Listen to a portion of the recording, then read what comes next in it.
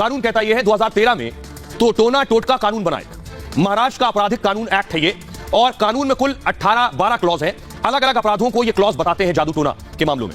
7 साल तक की इसमें जेल हो सकती है और 5,000 से 50,000 तक जुर्माना हो सकता है। अभी तक बाबा बागेश्वर की शिकायत जरूर की गई है, लेकिन FIR नहीं दर्ज हुई है। बाबा का कहना है कि कल वो अपने आश्रम में, अपने धाम में ये चमत्कार करके दिखाने वाले, लाइव दिखाएंगे, उन्होंने ये दावा किया।